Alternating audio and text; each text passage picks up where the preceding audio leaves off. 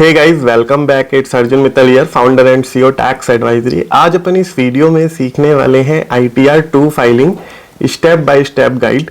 सो ITR 2 कैसे file होता है, क्या क्या इंफॉर्मेशन उसके अंदर फिल की जाती है। सो बेसिकली ITR 2 जो होता है वो होता है कैपिटल गेन को रिपोर्ट करने के लिए। मेनली जो भी हमारे लॉन्ग टर्म कैपिटल गेन होते हैं, शॉर्ट टर्म कैपिटल गेन होते हैं शेयर मार्केट में, इक्विटी में, म्यूचुअल फंड्स में, राइट, बॉन्ड्स या डिबेंचर्स में, या हमने कोई प्रॉपर्टी की सेल परचेज की है तो उसमें हम कैपिटल गेन की रिपोर्टिंग अपनी करते हैं। ITR 2 में हमें बिजनेस और प्रोफेशन से रिलेटेड इनकम को रिपोर्ट करने की फैसिलिटी नहीं मिलती। If you have a income along with business and profession, right, अगर आपके पास कैपिटल गेन इनकम है अलोंग विद बिजनेस और प्रोफेशन इनकम, तो आप ITR 3 ऑप्ट करेंगे। उसके लिए मैं सेपरेट वीडियो बना चुका हूं। रेस्ट ऑफ द केस, अगर आपका लॉन्ग टर्म कैपिटल गेन या शॉर्ट टर्म कैपिटल गेन है, भले ही वो share market, mutual fund, bonds, debenture से है, प्रॉपर्टी सेलिंग से है, तो हम ITR 2 फाइलिंग करेंगे। ITR 2 फाइलिंग में कैपिटल गेन के साथ साथ हमें सैलरी इनकम भी रिपोर्ट करने की यहाँ पे फैसिलिटी मिल जाती है। इसके अलावा house property, other sources, dividend वगैरह की इनकम भी रिपोर्ट करने की फैसिलिटी हमें मिल जाती है। सो ये हमारी यहाँ पे इनकम टैक्स की साइट पे मैंने लॉगिन कर लिया है। हमारे पास ब्रोकर से जनरेटेड एक शीट आती है जिसे कहते हैं डीमैट अकाउंट की P&L रिपोर्ट, राइट। तो ये हमें फाइनेंशियल ईयर 23-24 का अपने ब्रोकर से मंगा लेना है। तो ये क्या है, रेडी एक्सेल या PDF फाइल्स होती हैं जिनके अंदर कैपिटल गेन हमें कैलकुलेटेड ऑलरेडी दिया हुआ होता है, राइट। सो यहाँ पे अगर आप देख रहे हो तो यहाँ पे आपको दिखेगा, यहाँ इन्होंने प्रॉफिट एंड लॉस दिखा रखा है। ये बेसिकली म्यूचुअल फंड है ICICI प्रूडेंशियल का, जिसमें हमें लॉस हुआ है 1698 का। सो यहाँ पे आप देखोगे तो ये तो हुआ है शॉर्ट टर्म प्रॉफिट, यहाँ पे शॉर्ट टर्म का लॉस, और ये हुआ है लॉन्ग टर्म का लॉस, ठीक है। ये हमें 2 लॉस रिपोर्ट हुए हैं। इसके अलावा म्यूचुअल फंड के अलावा इक्विटी में हमारे पास जो यहाँ पे बेसिकली है, यहाँ पे इक्विटी में अगर आप देखोगे तो यहाँ पे आपको मिलेगा लेस देन 1 ईयर का P&L, ठीक है। लेस देन 1 ईयर का P&L हमें देखने को मिल रहा है यहाँ पे। इसके अलावा हमारे पास मोर देन 1 ईयर का P&L भी होगा, इंट्राडे भी होगा, राइट। तो मैंने क्या है, पूरी कैलकुलेशन यहाँ पे अपनी कर ली है परचेज की, सेल की और इंट्राडे की, राइट। सो हम इसको रिपोर्ट करेंगे। शॉर्ट टर्म कैपिटल गेन को एक बार कैलकुलेट करके हम इसको या इनकम टैक्स में ये कैसे फाइल होगा हम सीखेंगे। अलोंग विद, अगर आप एक्सपर्ट की हेल्प लेना चाहते हैं तो यहाँ पे YouTube वीडियो के डिस्क्रिप्शन बॉक्स में आपको कॉन्टैक्ट अस का लिंक मिल जाएगा। आप हमसे कनेक्ट करके अपनी ITR फाइलिंग करा सकते हैं। हमारे एक्सपर्ट्स जो होते हैं आपकी हेल्प असिस्ट करेंगे आपको ITR फाइल करने में। 2, 3, 1 या 4 ITR फाइलिंग, जो भी what ever you have, right, और आपकी फाइनेंशियल रिपोर्टिंग करने में हेल्प कर सकते हैं। आपको कमेंट बॉक्स में हमारा हेल्पलाइन नंबर भी मिल जाएगा। Move on to the how to file ITR, right. So basically हमें क्या करना है, ई फाइल पे जाना है। यहाँ पे ई फाइल में फाइल इनकम टैक्स रिटर्न पे क्लिक करना है। इसके बाद हमें असेसमेंट ईयर 24-25 सेलेक्ट करने के बाद ऑनलाइन मोड सेलेक्ट कर देना है, राइट। यहाँ पे ऑनलाइन मोड सेलेक्ट करने के बाद स्टार्ट न्यू फाइलिंग पे एक फ्रेश फॉर्म यहाँ पे ओपन करना है। इंडिविजुअल आपको क्लिक रहने देना है और आपको कंटिन्यू पे क्लिक करना है। आप यहाँ पे देखोगे यहाँ पे कई सारे फॉर्म खुल चुके हैं ऑलरेडी, 6, 2, 1, तो हमें 2 पे क्लिक करना है और प्रोसीड विद ITR 2 पे हमें यहाँ पे क्लिक कर जाना है। इसके बाद लेट्स गेट स्टार्टेड पे क्लिक करने के बाद यहाँ पे आप इस ऑप्शन को अदर्स पे सेलेक्ट करके कंटिन्यू करेंगे, राइट। कंटिन्यू करने के बाद आपके पास शेड्यूल का ऑप्शन आएगा। यहाँ पे आप अपने इनकम के शेड्यूल सेलेक्ट कर सकते हैं। जैसे जनरल शेड्यूल को तो एज इट इज़ रहने दीजिएगा।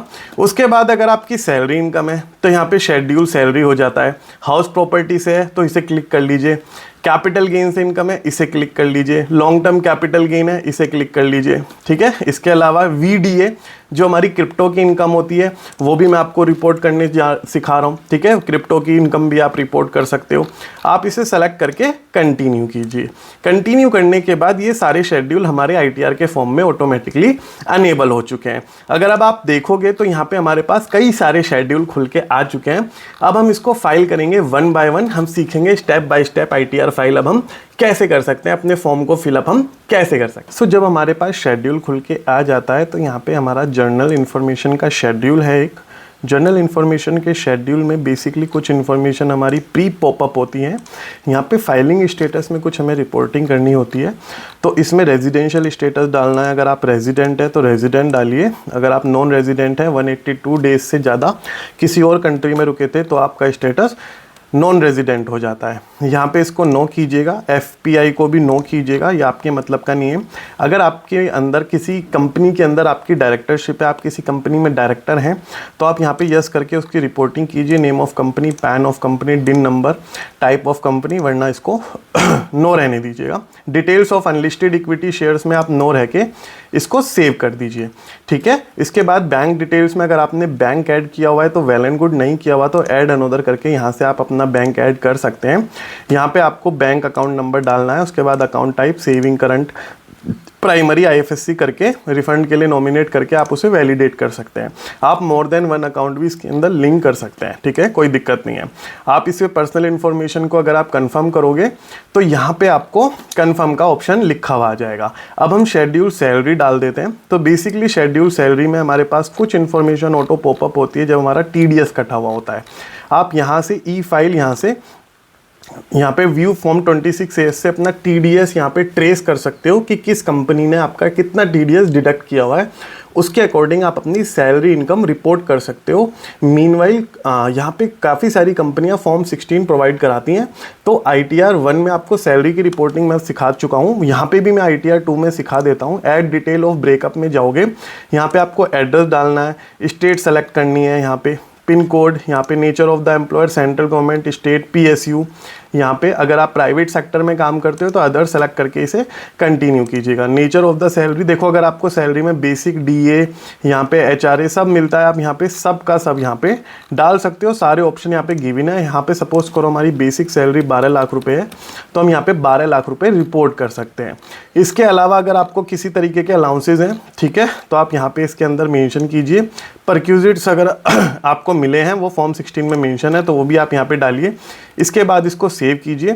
सेव करने के बाद 50,000 रुपये की डिडक्शन आपको ऑटोमेटिक मिल जाती है। यहाँ पे प्रोफेशनल टैक्स की डिडक्शन न्यू टैक्स रिजाइम में अवेलेबल नहीं है, तो इसने यहाँ पे नॉट एप्लीकेबल करके 11,50,000 टैक्सेबल करके यहाँ पे आपने कंफर्म कर लिया इसको।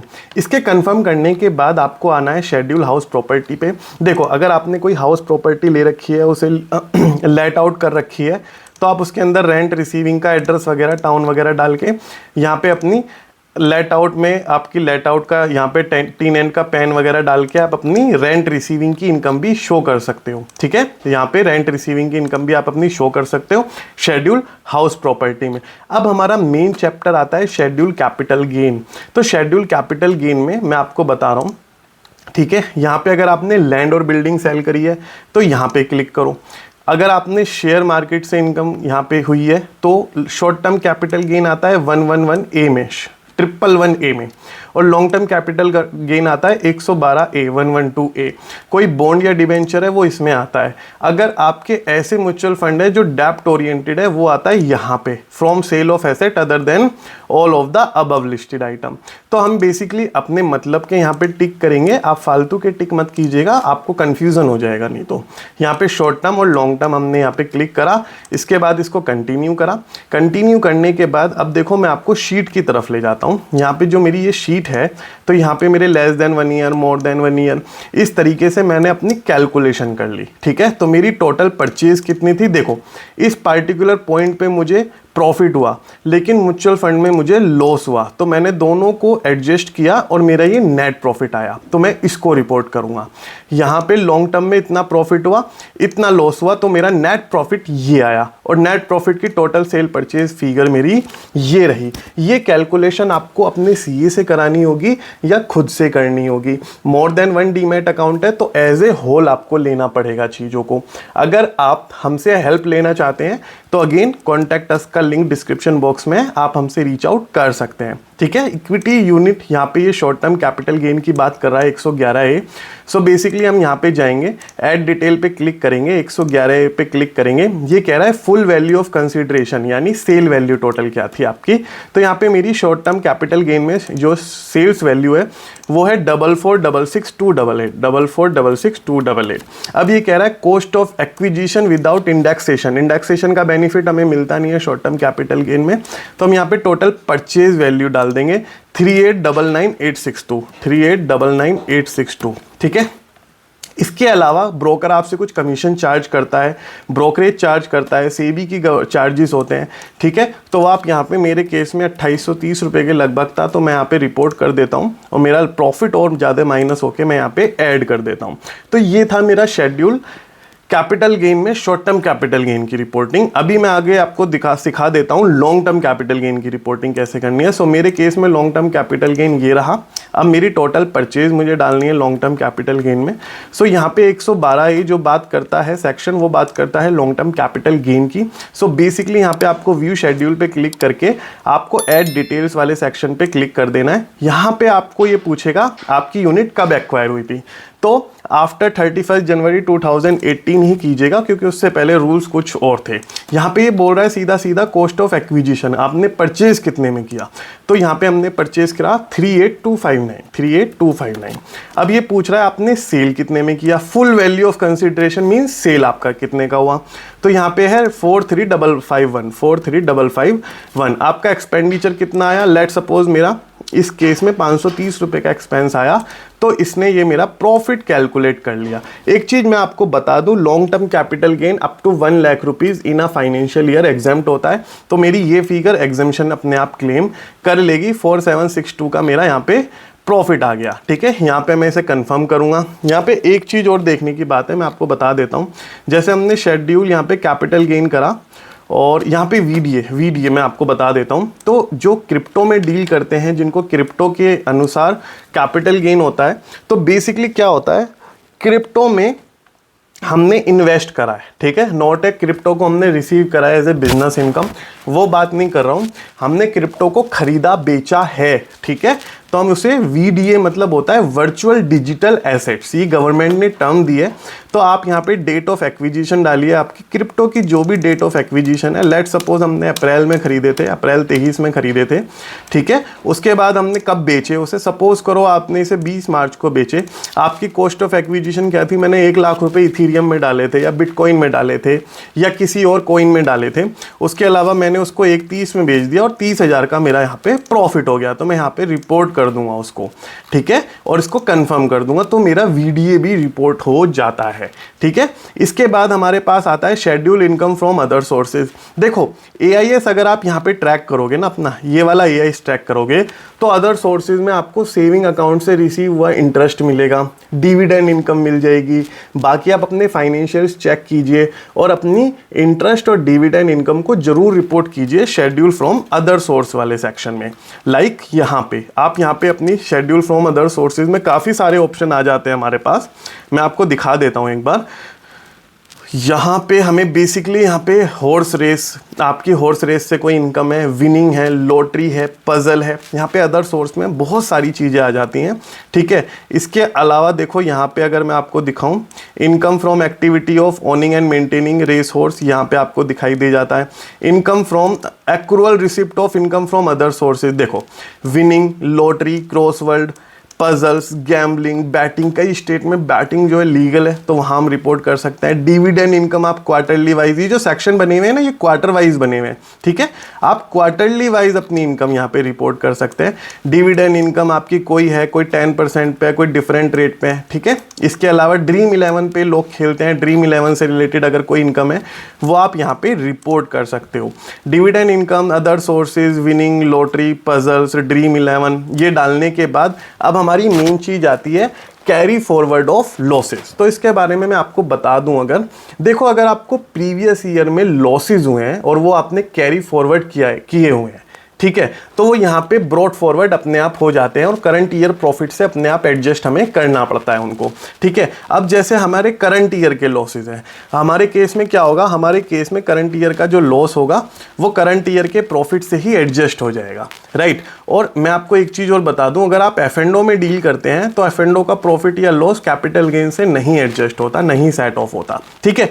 तो यहाँ पे देखो मेरी सैलरी इनकम मैंने रिपोर्ट करी, यहाँ पे कैपिटल गेन मेरी नेट फिगर आई और यहाँ पे लॉन्ग टर्म कैपिटल गेन आया। तो मेरा तो लॉस कहीं है नहीं जो मेरा कैरी फॉरवर्ड होगा। अगर मेरा लॉस होता तो मैं इसे जब कंफर्म करता तो ये अपने आप सेट ऑफ कर लेता। इसके अलावा अगर मेरा प्रीवियस ईयर में कोई लॉस है जो मैंने रिपोर्ट किया हुआ था अपने सीए के थ्रू, ठीक है, तो यहाँ पे मुझे उसकी डिटेल ऑटो पॉपअप हो जाएगी। मेरे केस में कोई भी लॉस कैरी फॉरवर्डेड नहीं था, ब्रॉट फॉरवर्ड नहीं हुआ इस करंट ईयर में, तो यहाँ पे नहीं हो पाया। अगर आपका हुआ हो तो यहाँ पे आपको देखने को मिल जाता है। देखो न्यू रिजाइम में शेड्यूल 6 से आता है हमारा। शेड्यूल 6 से में हमारे पास ज़्यादा डिडक्शन देखने को नहीं मिलती। आपको भी पता है न्यू टैक्स रिजाइम में ऑलरेडी रिड्यूस रेट ऑफ के हिसाब से टैक्सेशन लगता है। इसमें केवल शेड्यूल 6A में हमें एक डिडक्शन मिलती है, employers contribution to pension fund, वो हम यहाँ पे रिपोर्ट कर सकते हैं अगर यहाँ पे आपके पास डिडक्शन अवेलेबल है तो। इसके अलावा गाइज यहाँ पे हमारे पास देखने को मिल जाता है कंप्यूटेशन ऑफ टोटल इनकम। अब हमारी schedule from salary, house property, capital gain, other sources का एक पूरी कंप्यूटेशन बनती है और टोटल इनकम हमारी यहाँ पे रिपोर्ट हो जाती है। ठीक है, देखो ये तो स्पेशल रेट पे लगेगा। शॉर्ट टर्म कैपिटल गेन पे फ्लैट 15% लगता है, लॉन्ग टर्म कैपिटल गेन पे फ्लैट 10% लगता है, लेकिन 1 लाख रुपए तक का long term capital gain exempt होता है। ठीक है, ये हमारी सैलरी इनकम है, तो हम इसे कंफर्म करेंगे। सैलरी इनकम पे कंफर्म करने के बाद हमारे पास आएगा टैक्स पेड। देखो अगर आपका कोई टीडीएस कटा हुआ है, आपकी सैलरी इनकम है, किसी एम्प्लॉयर ने आपका टीडीएस काटा हुआ है, तो यहाँ पे आपकी टीडीएस की रिपोर्टिंग अपने आप हो जाएगी। आपका टीडीएस यहाँ पे अपने आप आ जाएगा और आपने कोई एडवांस टैक्स पे किया हुआ है तो वो भी आपको यहाँ पे नजर आ जाएगा। अब ये नेक्स्ट शेड्यूल हमें बताएगा computation of tax on total income. अब ये टैक्स कैलकुलेट करेगा। ठीक है, टोटल हमारा टैक्स इतना कैलकुलेट करा 1,76,039। ठीक है, अब हमारा टैक्स की लायबिलिटी कितनी बनी 1,83,000। ठीक है, तो यहाँ पे हमारा जो नेट टैक्स आया, जो हमने टैक्स पे किया हुआ था, हमारा टीडीएस कटा हुआ था, वो माइनस हो गया लायबिलिटी में। हमने कितनी लायबिलिटी थी 1,34,000 हमने पे किया हुआ था और हमारी लायबिलिटी कितनी आई 1,88,000 आई। तो 54,030 रुपीज़ हमें पे नाउ पे क्लिक करके नेट बैंकिंग से यूपीआई की फैसिलिटी अवेलेबल है, डेबिट कार्ड की फैसिलिटी अवेलेबल है। आप पे करके अपनी रिटर्न को प्रीव्यू कीजिए, एक बार चेक कीजिए, उसके बाद आईटीआर अपनी आप फाइल कर सकते हो इजीली ITR 2। तो गाइज ये था ITR 2 फाइल करने का तरीका। मैंने आपको सारे स्टेप बताए और सारे फॉर्म्स मैंने आपको 1 बाय 1 सारी चीज़ें बताई। अगर आपको वीडियो अच्छी लगी हो तो चैनल को सब्सक्राइब कर दीजिए, वीडियो को लाइक कर दीजिए, कमेंट करके अपनी क्वेरी पूछना बिल्कुल मत भूलिएगा। मेरे से रीच आउट करना हो तो मैं अपनी ईमेल ID यहाँ पे मेंशन कर दूंगा। मेरी टीम से आप कनेक्ट कर सकते हो, वो मेरे से आपको कनेक्ट करने में हेल्प कर देगी। Thank you so much guys, बने रहने के लिए थैंक यू सो मच।